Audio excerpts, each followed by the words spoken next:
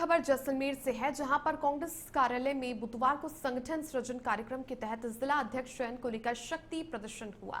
केंद्र से एआईसीसी के संयुक्त सचिव सुशांत मिश्रा और प्रदेश महिला कांग्रेस अध्यक्ष सारिका सिंह के सामने कार्यकर्ताओं ने अलग अलग गुटों में अपनी ताकत दिखाई। पूर्व प्रधान अमरदीन फकीर को अधिकांश कार्यकर्ताओं का समर्थन मिला, जबकि कुछ ने वर्तमान जिला अध्यक्ष उम्मेद सिंह का भी नाम आगे रखा। पूर्व विधायक रूपाराम धड़ंदे ने मूल ओबीसी वर्ग से जिला अध्यक्ष बनाने की मांग की। वहीं पर पूर्व जिला प्रमुख अब्दुल्ला फकीर ने मुस्लिम समुदाय के समर्थन की बात रखी। पूर्व मंत्री सालेह मोहम्मद ने सभी की राय लेकर के सर्वसम्मति से चुनाव करवाने की भी अपील की। जातीय समीकरणों के बीच में पर्यवेक्षक 3 दिनों तक कार्यकर्ताओं से राय लेकर के रिपोर्ट हाईकमान को सौंपेंगे। अब तक की नियुक्तियों में ब्राह्मण, ओबीसी और एसटी वर्ग को जगह मिलने से मुस्लिम समुदाय को मौका मिलने की संभावना बढ़ी है।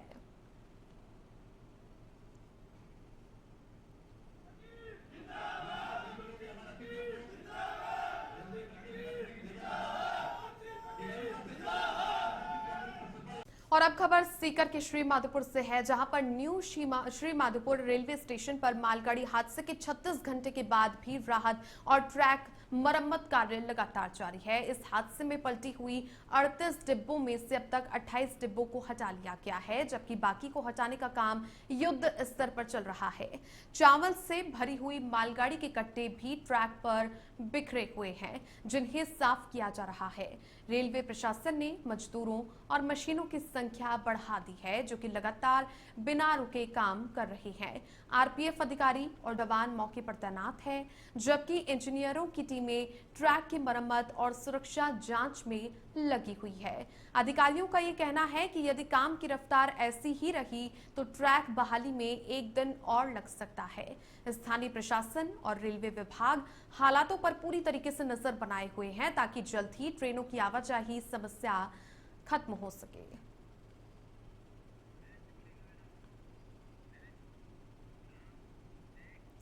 सवाई माधोपुर जिले के गंगापुर सिटी क्षेत्र में इंसानियत को शर्मसार करने वाली घटना सामने आई है, जहां पर कुछ अज्ञात बदमाशों ने महिला के पैर काटकर उसके चांदी के कड़े लूट लिए और मौके से फरार हो गए।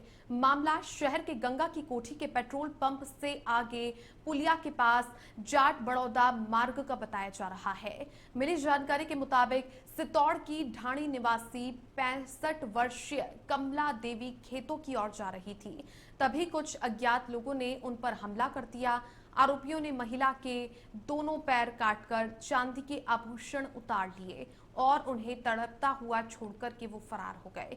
घटना के बाद जब महिला को होश आया तो उन्होंने सड़क किनारे मदद की गुहार लगाई।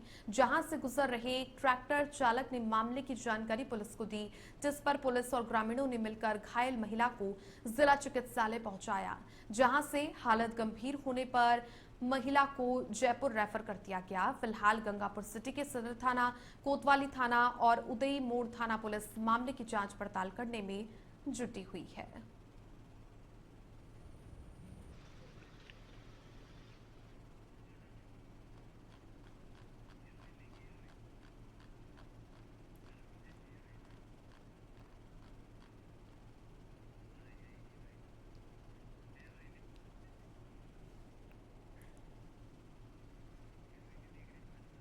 अलवर शहर से है, जहां पर अलवर शहर में एक महिला ने शराब के नशे में जमकर हंगामा खड़ा कर दिया। अंबेडकर सर्किल और भगत सिंह सर्किल के बीच स्थित वुडलैंड शोरूम में महिला ने पहले मैनेजर को थप्पड़ जड़ा, जिसके बाद कांच पर पत्थर भी मारा। इसके बाद में अपने साथी युवक के साथ मिलकर शोरूम से सामान उठाया और गाड़ी में फरार हो गए। मौके पर बड़ी संख्या में लोगों की भीड़ जमा हो गई। महिला के साथ आए युवक ने खुद को मंत्री का भतीजा बताकर लोगों को धमकाने की कोशिश की। शोरूम मैनेजर विक्रम ने बताया कि बुधवार की शाम एक कार से युवक युवती आए, जिन्होंने आते ही सैंडल खरीदने की बात की। 8400 रुपए कीमत के 2 जोड़ी सैंडल पसंद कर लिए, लेकिन भुगतान के लिए चेक देने लगे, जिसे लेने से मना करने पर गाली गलौज भी करने लग गए। महिला ने तुरंत ही कर्मचारियों के साथ हाथापाई करनी शुरू कर दी।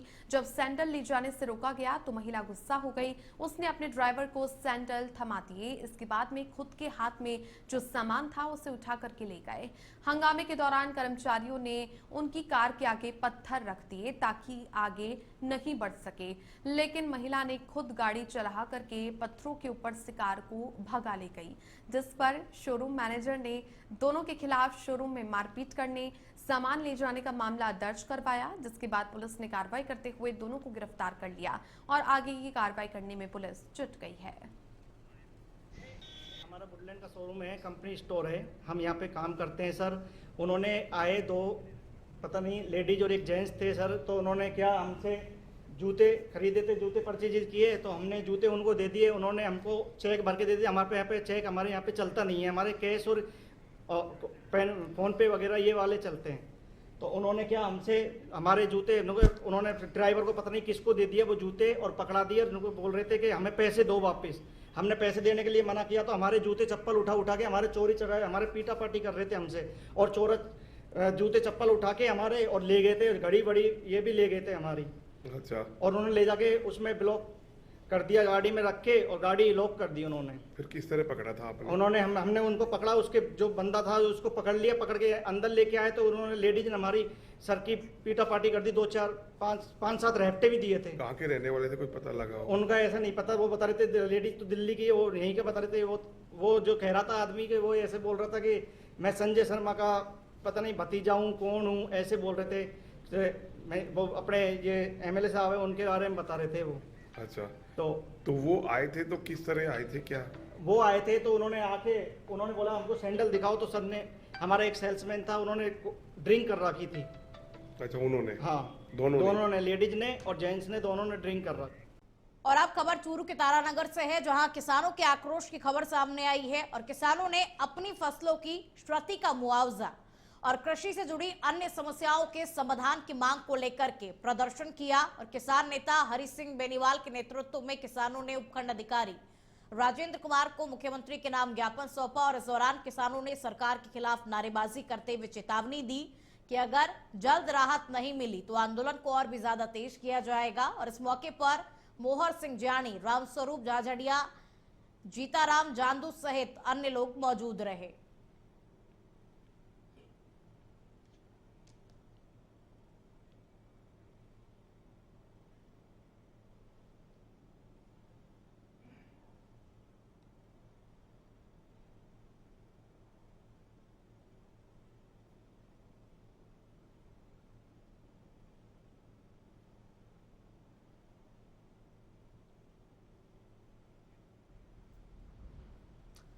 तो फसल मुआवजे सहित कई मांगों को लेकर के किसानों ने प्रदर्शन किया। किसान नेता हरि सिंह बेनीवाल के नेतृत्व में किसानों ने मुख्यमंत्री के नाम एक ज्ञापन भी सौंपा और मुख्यमंत्री के नाम उपखंड अधिकारी राजेंद्र कुमार को ज्ञापन सौंपा गया। साथ ही चेतावनी भी दी गई सरकार को और ये कहा गया कि जल्द से जल्द हमारी मांगे पूरी होनी चाहिए। यदि हमारी मांगे पूरी नहीं की जाती तो आंदोलन किया जाएगा।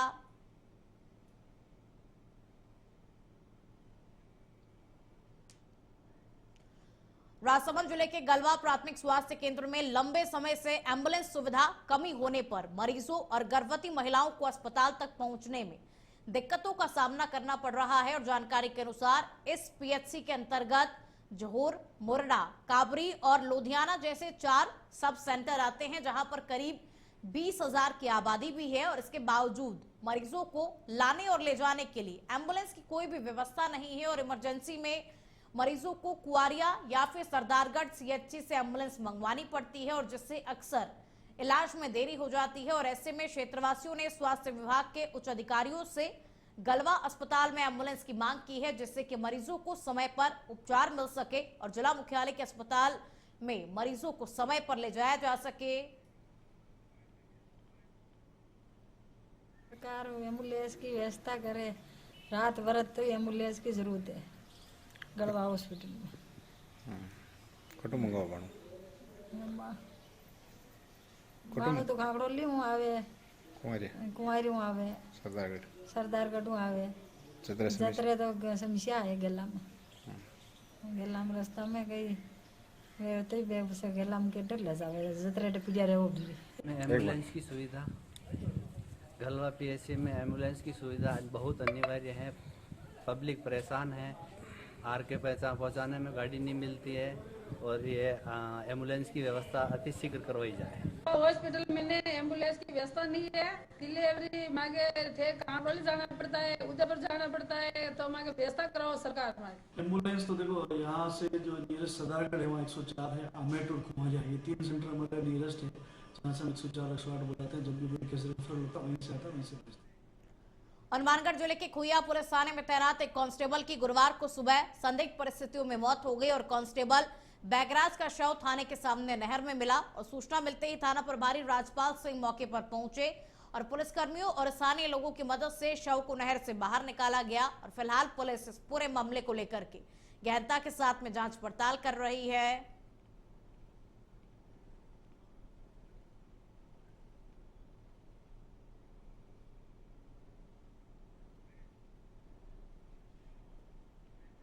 जयपुर से है, जहां नगर निगम हेरिटेज ने हवा महल जोन के कंवर नगर इलाके में बिना अनुमति बने 3 मंजिला अवैध निर्माण पर बड़ी कार्रवाई की है।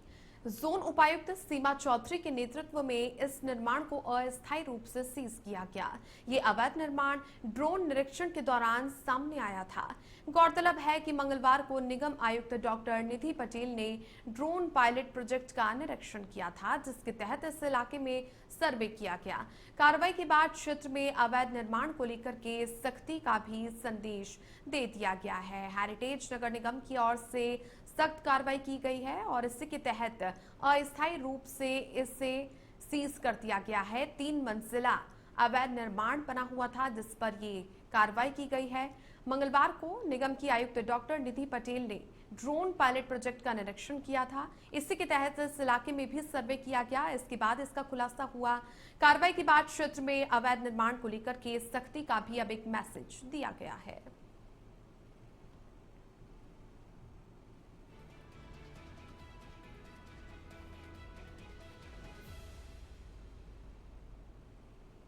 राजस्थान में समेकित बाल विकास सेवा निदेशालय ने प्रारंभिक बाल्यावस्था देखभाल और शिक्षा को मजबूत करने के लिए 3 गैर सरकारी संस्थाओं के साथ समझौता किया है।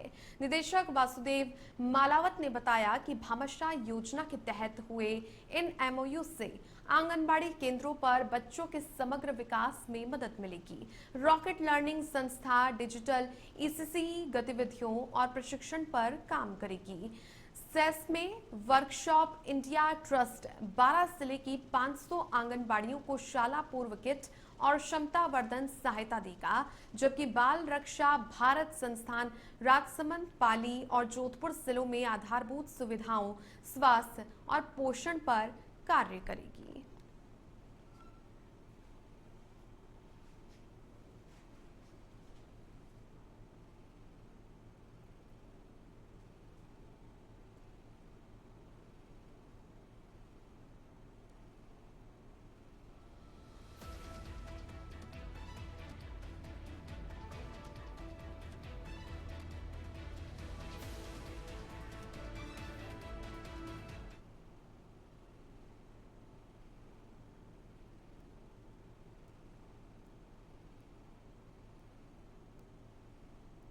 तो ईसीसी को मजबूत करने के लिए आईसीडीएस ने बड़ा कदम उठाया है और इसके साथ ही 3 एनजीओ के साथ समझौते किए गए हैं। इन समझौतों के तहत आप देखेंगे कि रॉकेट लर्निंग अब डिजिटल प्रशिक्षण भी देगा। एम्स की तर्ज पर Rajasthan institute of medical sciences की स्थापना का काम तेजी के साथ में आगे बढ़ रहा है, जिसको लेकर के मुख्यमंत्री भजनलाल शर्मा की पहल पर एम्स नई दिल्ली और राजस्थान सरकार के बीच में एमओयू पर हस्ताक्षर किए गए हैं। एम्स निदेशक डॉक्टर एम श्रीनिवास और चिकित्सा शिक्षा आयुक्त डॉक्टर इकबाल खान ने समझौते पर हस्ताक्षर किए। इस एमओयू के तहत एम्स रिम्स को तकनीकी और शैक्षणिक सहयोग देगा। रिम्स के जरिए प्रदेश के युवाओं को विश्व स्तरीय मेडिकल शिक्षा मिलेगी और राज्य की स्वास्थ्य सेवाएं और भी ज्यादा मजबूत होंगी। एम्स साइट प्लानिंग, वास्तु ढांचे, नैदानिक सुविधाओं में मार्गदर्शन करेगा। इस समझौते के क्रियान्वयन से रिम्स जयपुर में अंतर्राष्ट्रीय स्तर की चिकित्सा, शिक्षा और शोध सुविधाएं उपलब्ध होंगी।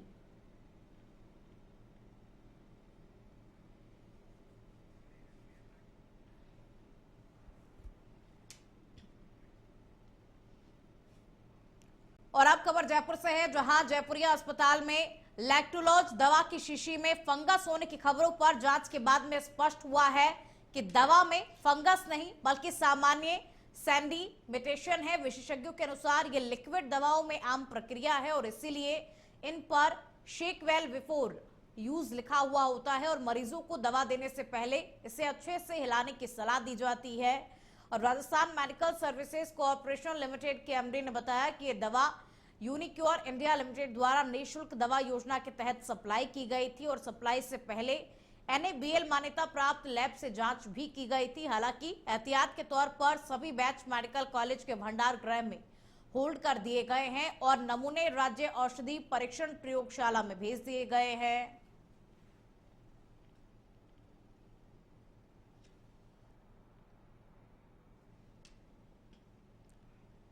और जयपुर में पुलिस उपायुक्त दक्षिण रात्रि राज के निर्देशन में साइबर अपराधियों पर बड़ी कार्रवाई हुई। साइबर सेल, पत्रकार कॉलोनी और श्यामनगर थाना पुलिस की संयुक्त टीम ने ऑनलाइन गेम्स, सट्टा और ठगी में लिप्त गैंग का पर्दाफाश किया। इस कार्रवाई में 9 साइबर अपराधी गिरफ्तार किए गए हैं। इसके साथ ही 6 लोगों को भी डिटेन किया गया। आरोपियों से 56 ATM card, 32 mobile phone, laptop, फर्जी कंपनी की सील, चेकबुक और पासबुक भी बरामद की गई। ये गैंग राजस्थान के साथ में कई राज्यों में सक्रिय था और करीब 10 करोड़ रुपए की साइबर ठगी कर चुका है। पुलिस ने कहा कि अभियान साइबर शील्ड के तहत ये कार्रवाई आगे भी जारी रहेगी।